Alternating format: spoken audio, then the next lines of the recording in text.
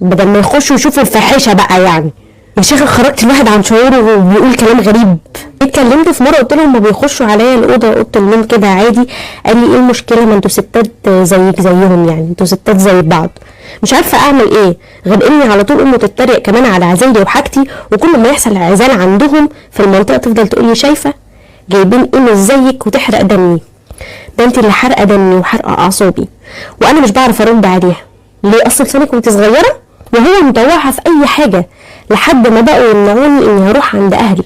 شوفي التسيب بيجيب ايه، هو ده ان اصل كنا بنعدي عشان نسهل الدنيا، وواخد مني الفون عشان ما اتكلمش مع حد من وراهم. اي مكالمه لازم يبقى هو او امه قاعدين جنبي، وتخلينا كتير عشان مروحي عند اهلي عدى يعني. اهلي لما بوحشهم كانوا بيجوا عشان يشوفوا ابني كمان، انا معايا ولد، لحد ما سمعت مكالمه بينه وبين امه وهما بيشتموا عليا انا واهلي، وحاليا انا غضبانه وبصراحه عايزه اتطلق. اوف، اخيرا بردتي على قلبي عشان انا هبان متحامله جدا في كلامي، هبان ان انا متحامله عليكي، فهحاول ما اقولش اي حاجه عشان انا متعصبه دلوقتي، فاكيد ردودي مش هتبقى في محلها.